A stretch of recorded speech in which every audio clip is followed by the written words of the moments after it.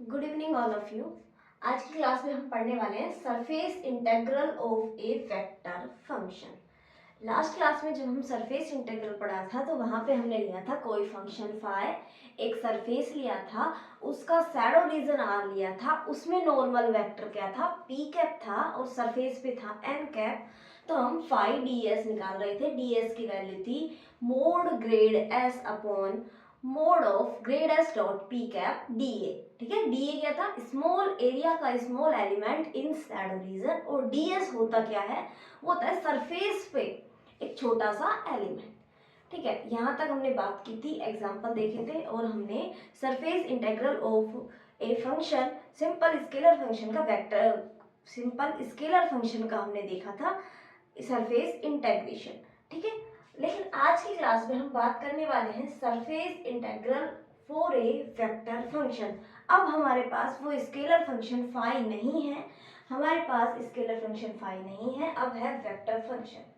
ठीक है, तो इसे जो हम वेक्टर फंक्शन का जब हम सरफेस इंटीग्रल निकालते हैं तो इसके लिए एक नाम और होता है, उसे कहते हैं flux of A vector function. किसी वेक्टर फंक्शन का फ्लक्स निकालना है या सरफेस इंटीग्रल निकालना है, एक ही बात है। ठीक है, तो इसे हम ये भी कह सकते हैं flux of A vector function, flux of A vector function. अब वेक्टर फंक्शन हम कैसा मानते हैं, ये हम मानते ही आ रहे हैं। जो एफ वेक्टर हम फंक्शन लेते हैं वही सेम फंक्शन है। लिखिए, पहले लिखते हैं let F vector X Y Z बराबर f1 xyz I cap plus f2 xyz j cap plus f3 xyz k cap be a vector function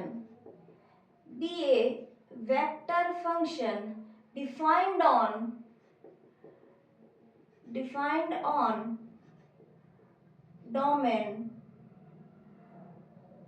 domain D included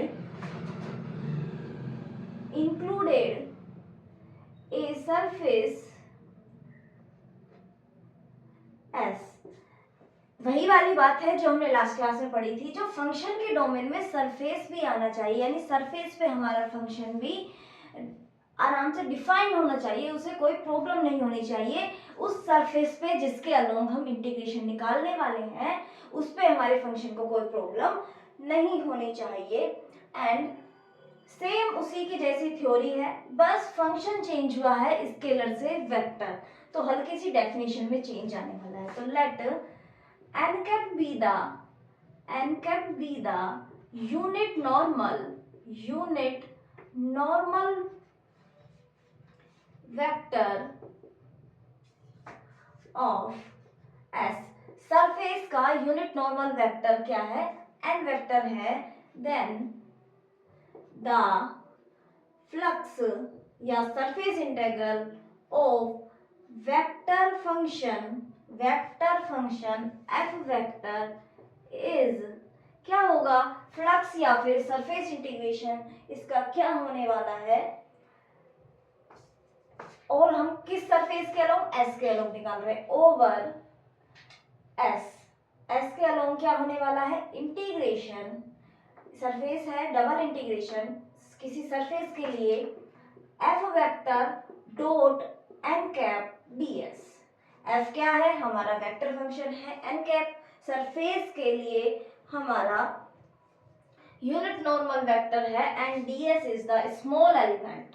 ठीक है, तो और डबल इंटीग्रेशन क्योंकि सरफेस के लिए है, ये होता है सरफेस इंटीग्रेशन या फिर flux of A vector function.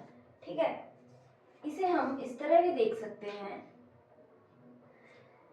F vector dot N cap क्या होगा, एन कैप हमने लास्ट क्लास में भी जब ड्राइव किया था ds की वैल्यू, वहां से भी देखा था, एन कैप हो रहा था हमारा grade s upon mode of grade s, and ds की वैल्यू क्या आ रही थी, वही सेम वैल्यू रहने वाली है यहाँ भी ds की, वही शैडो रीजन होगा, उसी के लिए DA लेंगे, सेम वही चीजें हैं, बस मैंने सिंपल वे में आपको लिखा दिया है, सारी थ्योरी नहीं लिखाई है, वो हम लास्ट क्लास में समझ चुके हैं, ठीक है।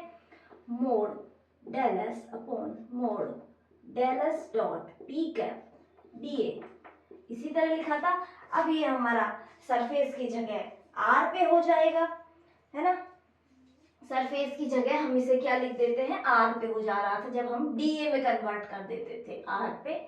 ये वैल्यू कैंसिल हुई, ये हमारे पास बाकी का बच गया सरफेस इंटीग्रेशन, ठीक है। क्या बचा हमारे पास, बचा डबल इंटीग्रेशन ओवर R भाई शैडो रीजन है, ठीक है। ये हो गया F vector dot del S upon del S dot P cap DA। P cap क्या था, शैडो रीजन R का unit normal vector. P cap क्या था, शैडो रीजन R का यूनिट नॉर्मल वेक्टर। और डेल एस क्या होगा, डेल एस सरफेस का ग्रेडियंट ही तो है जो सरफेस निकाल रहे हैं, तो इसकी वैल्यू हमारी आ जाएगी double integration F1 dy dz plus F2 dot product है ना, तो इसलिए ये इस तरह से हम चेंज भी कर सकते हैं, dx dz plus F3 dx dy। ये हो गया सरफेस इंटीग्रल। यदि हमें इजीएस्ट फॉर्म में दिया हो तो हम इस तरह भी इसे निकाल सकते हैं, सरफेस, ये सरफेस के अलोंग, ये डायरेक्ट यहाँ से आया, ठीक है, ये वाली वैल्यू डायरेक्ट यहाँ से आई, ये वैल्यू हमारी एरिया में चेंज करने पे आई, ठीक है। तो ये होता है सरफेस इंटीग्रेशन। ये कैसे आया प्रॉपर, तो मैं आपको क्या बताऊं, नॉर्मल वेक्टर है हमारे पास और ds है, इसके कंपोनेंट F1 F2 F3 है, i j के कंपोनेंट होंगे, इसके कंपोनेंट ds के कंपोनेंट। और जब हम किसी पर्टिकुलर लेके चलेंगे तो पूरा प्रोसेस हम करेंगे, तो वहां से हमें n कैप ds की वैल्यू इस टाइप से मिलेगी, dy dz i cap plus dx dz j cap dx dy k cap. तो वहां से डॉट प्रोडक्ट होके एक ये वेक्टर डॉट प्रोडक्ट होके इस टाइप से ये कन्वर्ट हो जाने वाला है।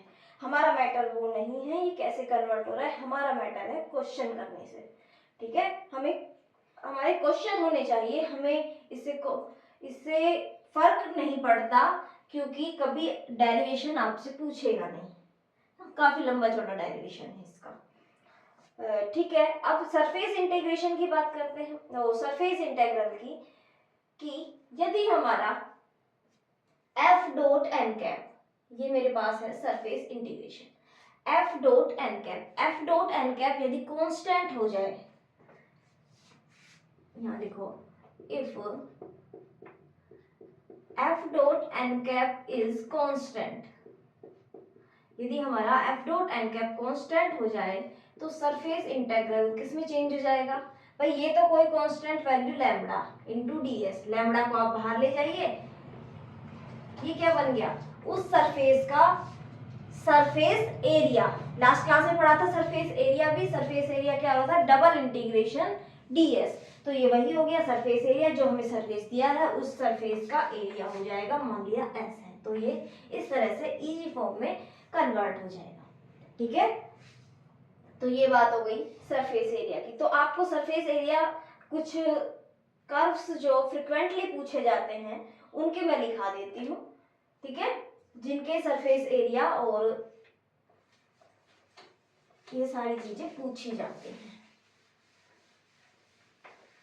वॉल्यूम भी लिख लीजिए, वो हमें आगे यूज आएगा साथ के साथ, जब हम गॉस डाइवर्जेंस थ्योरम पढ़ेंगे एक दो क्लास बाद, तो वहां पे भी यूज आएगा, वहां पे भी इसी तरह, जैसे यहाँ पे F डॉट एन कैप हम कांस्टेंट बोल रहे हैं, वहां भी कुछ टर्म को हम कांस्टेंट बोलेंगे तो वो ट्रिपल इंटीग्रेशन dv में कन्वर्ट हो जाएगा, और वो कन्वर्ट होने से क्या बनेगा, किससे, वो जो हमारा सरफेस है उसका वॉल्यूम बनेगा, तो वॉल्यूम भी हमें डायरेक्ट पता होना चाहिए, ठीक है।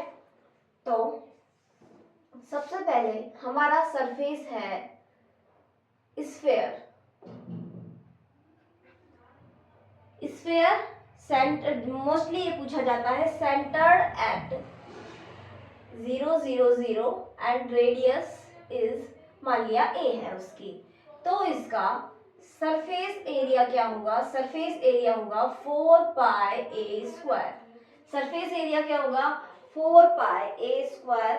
एंड इसका जो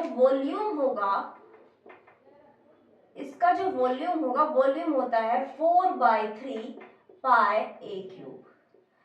स्फीयर का वॉल्यूम ये होता है। सेकंड, यदि हेमी स्फीयर है, जो हम अभी तक के एग्जांपल्स हमने किए हैं, सेमी स्फीयर या हेमी स्फीयर बोल सकते हैं, है ना। मान लिया आधा हमारे पास स्फीयर है, सेमी स्फीयर बोल लीजिए, आधा स्फीयर है, ऊपर का है या नीचे नीचे का, सरफेस तो सेम ही होगा उसका, 2 पाई ए स्क्वायर। ठीक है, यदि ऊपर का ले या नीचे नीचे का, आधा लेना है तो आधा सरफेस एरिया हो जाएगा। ये कौन सा है? हेमिस्फीयर। देखो बॉल है, बॉल को कट कर रखा है, हाफ हाफ है, उसके नीचे वाला तल नहीं है, क्या बोलते हैं? बेस। उसका बेस नहीं है इसमें, सिर्फ वो कटोरी जैसे ओपन है, उल्टी रखी हुई है, सिर्फ ऊपर से है हमारे पास। बाउल, कोई एक बाउल का एग्जांपल हम यहाँ पे ले सकते हैं। ठीक है, और इसका जो वॉल्यूम होता है 2/3 पाई ए क्यूब, हाफ हो जाता है जस्ट। अब वॉल्यूम में तो बेस हो या ना हो, वॉल्यूम तो इतना ही रहने वाला है, सरफेस एरिया पे फर्क पड़ता है। ठीक है, इसके बाद सिलेंडर। यदि सिलेंडर दिया हो तो सरफेस एरिया होता है 2 pi r h and volume होता है pi r square h. R is radius of the cylinder, जो सिलेंडर होता है उसकी जो ये वाली, ये रेडियस हो गई, और ये जो उसकी लेंथ हो गई h। ठीक है। Fourth, hemisphere with base. हाँ, पहले लिखा देना चाहिए था मुझे। यदि हमारा हेमिस्फीयर है विद बेस है, अब हमने बाउल पे ढक्कन और लगा दिया। ठीक है, बाउल है, बाउल पे ढक्कन और लगा दिया, तो 2 पाई ए स्क्वायर से यही होगा। बाउल पे जो ढक्कन होगा वो कैसा होगा? एक सर्किल जैसा होगा, और सर्किल का एरिया क्या होता है? पाई ए स्क्वायर रेडियस, तो 2 पाई ए स्क्वायर और पाई ए स्क्वायर मिलके 3 पाई ए स्क्वायर, एंड वॉल्यूम तो सेम ही रहने वाला है। वॉल्यूम तो ढक्कन लगाने से कम ज्यादा थोड़ी होगा। ठीक है, ये नोट करें, फिर हम आगे चलते हैं। और यदि हमारे पास सिलेंडर है, ये हमने किया, सिलेंडर है, सिलेंडर ये वाला कैसा है? सिर्फ हमने उसका तो क्या बोलते हैं, सामने वाला जो हमें दिख रहा है वक्र पृष्ठ वाला लिया है ओनली। जैसे ये होलो, ये आपके पास सिलेंडर है, तो आपने इस सिलेंडर को सिर्फ इस तरह लिया है। ये जो सामने वाली हमें सीट दिख रही है, सिर्फ ये है आपका, ये ऊपर इस पे भी ढक्कन नहीं लगे हुए हैं। ठीक है, अब यदि ढक्कन भी लगा दिए जाए, यानी कि cylinder with top and bottom,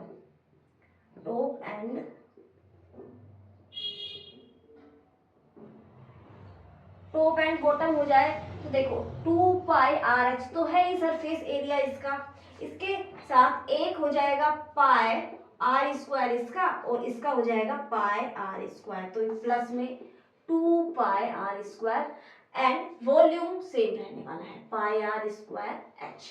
ठीक है, 6 आगे चलते हैं। तो ये समझ आया, यदि हम उस पे बेस या बॉटम टॉप लगा दिया सिलेंडर पे, तो हमारा क्या बनने वाला है। इसके बाद कोन का सरफेस एरिया होता है पाई आर एल। एल क्या होता है? देखो कोन है ये हमारे पास, कोन भी ऐसा बना दिया, ये कोन है, ये वाली हाइट होती है h, ये होता है इसकी radius r, and this length is l। इसे बोलते थे हम तिर्यक ऊंचाई, शायद कंफर्म नहीं हूं मैं, तिर्यक ऊंचाई बोलते थे शायद हिंदी में, तो कुछ लोग पूछते भी हैं हिंदी के बारे में, तो इसका जो पाई आर एल होता है, और वैसे एल की वैल्यू क्या होती है, एल बराबर under root R square plus H square. इसके साथ ही इसका वॉल्यूम होता है 1/3 पाई आर स्क्वायर एच। ठीक है, वॉल्यूम होता है 1/3 पाई आर स्क्वायर एच। यदि कोन पे बेस और लगा दिया जाए, बेस मतलब यदि ये नीचे से, एक तो कैप है हमारी, बर्थडे कैप होती है, नीचे से सब डालते हैं जिसमें ओपन होती है, यदि उसको भी हम बंद कर दें वहां से, cone with base, cone with base, cone with base क्या हो जाएगा, पाई आर एल तो है ही, साथ के साथ पाई आर स्क्वायर और ऐड हो जाएगा, ये सर्किल जैसा होगा नीचे। एंड ये हम रेक्टेंगुलर शेप्स की बात कर रहे हैं, है ना, वरना कोन तो बहुत तरह के होते हैं, सिलेंडर ऐसा ही नहीं होता। सिलेंडर आपने पढ़ा होगा, ये भी एक सिलेंडर होता है।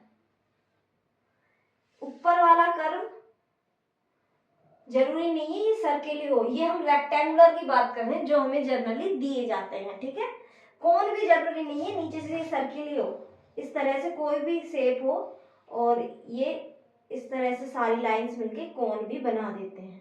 ठीक है, तो हम सिर्फ रेक्टेंगुलर वालों की बात कर रहे हैं जिनका यूज हमें इस टाइप के, जो हम सरफेस इंटीग्रल के क्वेश्चन करते हैं वहां पे यूज आता है।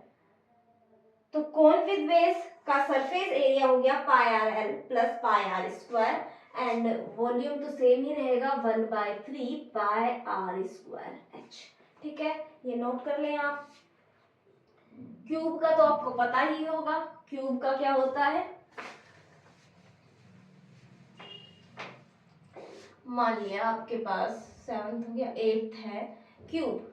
यदि क्यूब है तो क्यूब का होता है 6a² तो होता है इसका surface area, and A cube होता है वॉल्यूम। वॉल्यूम कितना होता है, ए क्यूब होता है क्यूब का। इसी तरह यदि अपने पास क्यूब ना होके रेक्टेंगुलर शेप में है वो, तो हम क्या कर देते हैं, उसकी अलग अलग है, यदि एल उसकी लेंथ है, ब्रेड्थ बी है एंड हाइट एच है, तो हम क्या लिखेंगे, 2 into L B plus B H plus L H, और ये हो जाएगा हमारा एल बी एच वॉल्यूम। ठीक है, तो इस तरह से भी आप देख सकते हैं, ये जनरली है जो मैंने आपको बताया।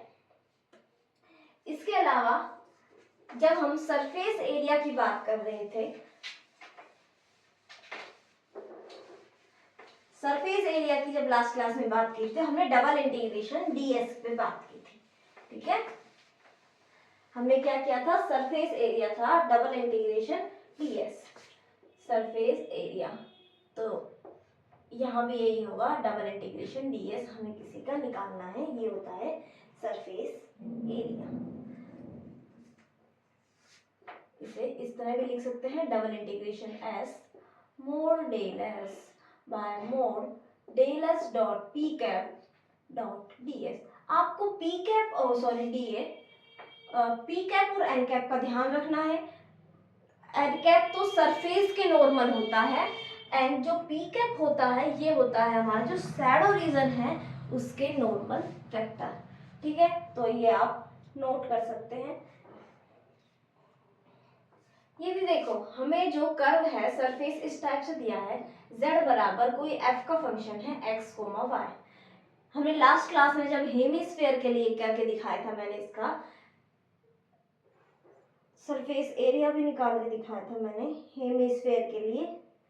ठीक है, हेमिस्फीयर का हमने देखा था ना, 2πa² ही आया भी था, तो वहां पे भी क्या था, वहां पे था हमारा z बराबर √a² minus x² minus y²। इस फॉर्म का ही था, z बराबर fxyz। तो हम ये सारी जो वैल्यू थी वो किस टाइप से बनी थी हमारी, ये वैल्यू शायद मुझे याद है a/√a² minus x² minus y², कुछ इस टाइप से बनी थी जहां तक मुझे याद है ना। तो ये वैल्यू एक्स वाई जेड के फंक्शन में ही, सॉरी एक्स और वाई के फंक्शन में ही आने वाली है। तो हम यहाँ से हमने तो प्रॉपर मेथड से किया, इसका ग्रेडियंट निकाला था, फिर उसका पी कैप भी निकाला था और किया था। हम इसे डायरेक्ट भी कर सकते हैं। इसका यदि मुझे सरफेस इंटीग्रेशन निकालना है तो डायरेक्ट, अलग से डायरेक्ट कुछ नहीं है, बस इसे थोड़ा इजी फॉर्म में लिख दिया, under root 1 plus d, d नहीं होगा, del F by del x का square plus del F by del y का square into d x d y. हम इस वैल्यू को इस फॉर्म में भी चेंज कर सकते हैं डायरेक्टली, ठीक है। तो आप चाहे तो देख भी सकते हैं, इसका एक्स के रेस्पेक्ट हमने किया भी यही था। देखो एक्स के रेस्पेक्ट कर रहे थे, वाई के रेस्पेक्ट, जेड के रेस्पेक्ट, तो हमें डेल एस मिलता था। फिर उसका डॉट प्रोडक्ट हम कर रहे थे, इसके साथ मोड निकाल रहे थे और ऊपर वाले का भी मोड, तो कुछ इस टाइप का ही तो आया था, कुछ इस टाइप का ही आया था। आप ऐसे देख सकते हैं, आपके पास था z minus F X Y बराबर 0, ये क्या हो गया सरफेस, ठीक है। डेल एस आप करेंगे, ये तो एग्जांपल था, आप डेल एस करेंगे क्या होगा, del F by del X I cap plus del F by del Y J cap plus, इसका तो 1 ही हो जाएगा क्योंकि z बराबर इस टाइप से है तो 1 k कैप इस टाइप से होगा, ठीक है। अब इसका जब मुझे मोड निकालना होगा, मोड निकालना होगा तो मोड निकालने पे हम क्या होगा, under root del F by del x का square plus del F by del y का स्क्वायर प्लस 1, यही आ रहा है। इसके नीचे हमें क्या करना होता है, del S dot P cap का मोड। अब जो पी कैप होगा, जब मेरे पास फंक्शन इजिएस्ट फॉर्म में इस तरह दिख रहा है, मुझे तो शैडो रीजन चाहिए, यदि प्लेन पे किसी फिक्स प्लेन थोड़ी होता है कि मुझे उसी पे लेना है। हम z को 0 रख के इसे मान लेते हैं उसकी शैडो रीजन, हम एक्स वाई प्लेन पे ले रहे हैं, वहां z 0 होता है, इसे 0 कर देते हैं, तो एक्स वाई प्लेन का इक्वेशन क्या हो जाता है, के कैप। तो पी कैप की वैल्यू वहां से जनरली इस टाइप से के कैप आ जाती है, और डेल एस का के कैप के साथ डॉट प्रोडक्ट 1 और मोड भी 1 आ जाता है, ठीक है। तो इसलिए इसके बटाई में फिर 1 होता है तो यूज नहीं आता, हम डायरेक्टली इस तरह से भी लिख सकते हैं, ठीक है। तो यहाँ तक आप नोट कर लें, और अभी तक आपको समझ आ गया होगा, नहीं आया तो अभी हम एग्जाम्पल की भी हेल्प लेते हैं, ठीक है। एग्जाम्पल की हेल्प से समझने की कोशिश करते हैं।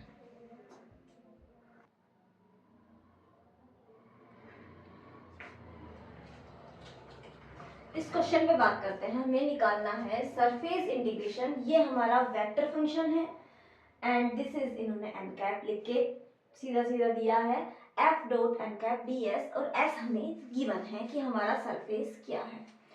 सरफेस हमें देखने से पता लग रहा है स्फेयर है आराम से, ठीक है। हमें क्या निकालना है, सबसे पहले हमें इंटीग्रेशन के लिए, यदि हम इजिएस्ट फॉर्म में भी सॉल्व ना करें तो हमें एन कैप तो चाहिए। एन कैप निकालने के लिए क्या फॉर्मूला होता है, एन कैप बराबर grade S upon mode grade S, क्योंकि एन कैप क्या है, unit normal vector of surface, surface का आउटवर्ड यूनिट नॉर्मल वेक्टर है। तो हम निकालते हैं डेल एस, डेल एस हो गया हमारा x के रेस्पेक्ट में 2x I cap plus 2y J cap plus z के रेस्पेक्ट में 2z के कैप, ये हो गया हमारा डेल एस, एंड अपॉन में है मोड, क्या आया इसका, under root 2x square plus 2y square plus 2z square, this is 2x I cap plus 2y J cap plus 2z K cap, and इधर से 2 बाहर आ जाएगा, 4 होगा कॉमन, और रूट के बाहर आने पे क्या हो जाएगा 2, और अंडर रूट में बचा X square plus Y square plus Z square, 2 से 2 ऊपर कैंसिल हो जाएंगे, and X square plus Y square plus Z square की वैल्यू है ए स्क्वायर, तो ये हो गया हमारा X I cap plus Y J cap plus Z K cap upon A square होगा, रूट के कारण ए बच जाएगा, ठीक है। तो ये हो गया हमारा एन कैप।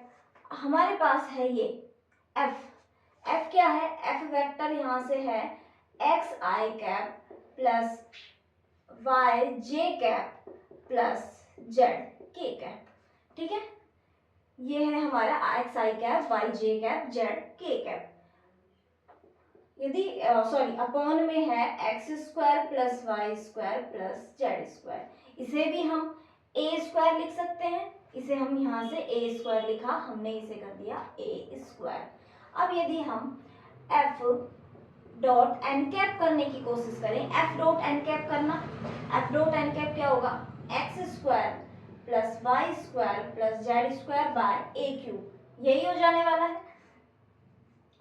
ऊपर भी क्या बन गया, ए स्क्वायर अपॉन में ए क्यूब बराबर हो गया 1 अपॉन ए, क्या वैल्यू आ गई 1 बाय ए।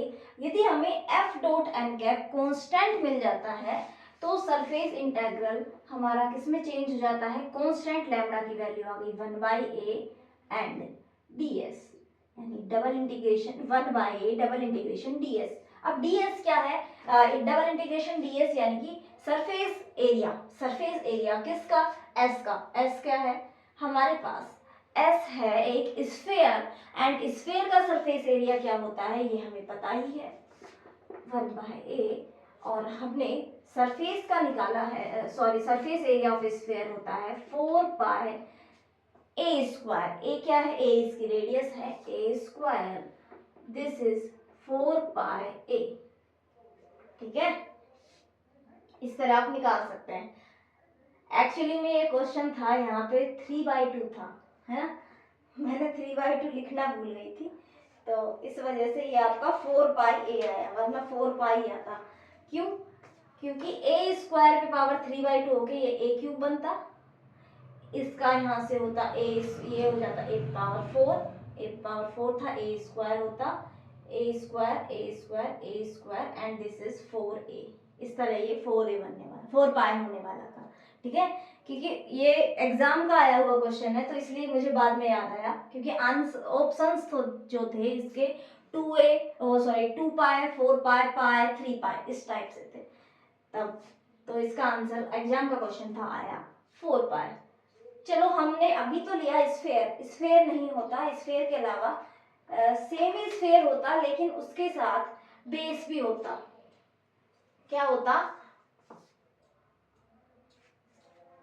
हमारे पास होता हेमिस्फेयर, ऐसे यदि होता हेमिस्फेयर कौन सा, z बराबर under root A square minus x square minus Y square with base, base क्या हो जाता उसका, बेस होता X square plus Y square less than equal to A square, ये उसका बेस होने वाला था।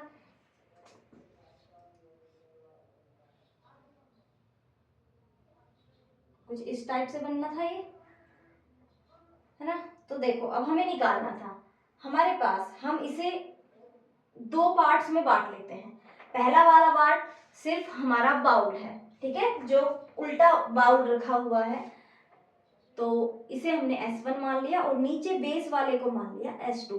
अब S1 तो हो गया हमारा, ये S1 तो हो गया Z बराबर a square minus x square minus Y square, ये तो हो गया S1। अब देखो इस स्फेयर के लिए भी जब हम सॉरी इस, और S2 हमारा हो गया, S2 हो गया हमारा X square plus Y square less than equal to A square, या ए बराबर ए स्क्वायर कुछ मान सकते हैं। ठीक है, तो हमारा जब हम S1 के लिए करेंगे, S1 क्या है, इसी का ही तो फॉर्म है, ये सेम इसके जैसा ही है, बस स्क्वायर नहीं करके अंडर रूट टाइप लिखा है कि ऊपर वाला पार्ट है। तो एन कैप तो इसके लिए सेम होगा, for N cap same process, F dot N cap भी यही आने वाला है, बस सरफेस एरिया चेंज हो जाएगा।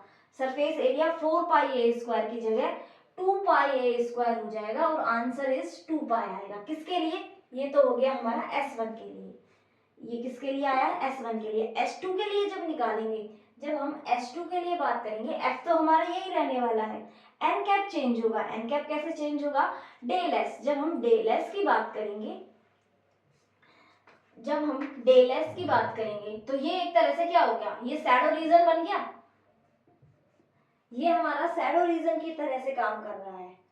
ठीक है, इसका एन कैप, इसका एन कैप आपको निकालने की जरूरत ही नहीं है, आप ऐसे, ये क्या हो गया, इसका शैडो रीजन ही तो है ये, चलो शैडो रीजन को छोड़ देते हैं, हम बात करते हैं इसके एन कैप की। ये क्या है आपके पास, एक एक्स वाई प्लेन में सर्किल है, एक्स वाई प्लेन में है, एक्स वाई प्लेन के हमें इसके नॉर्मल वेक्टर चाहिए। एक्स वाई प्लेन के नॉर्मल वेक्टर क्या होता है, के कैप। तो इसके लिए एन कैप की वैल्यू आ गई हमारी के कैप। क्या आ गई, के कैप।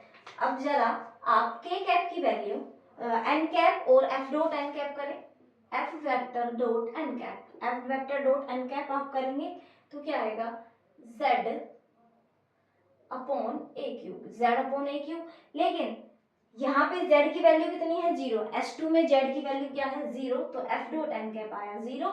जब f डॉट एन कैप 0 हो गया तो double integration f dot N cap ds, इसकी वैल्यू भी क्या हो जाएगी, 0 हो जाने वाली है।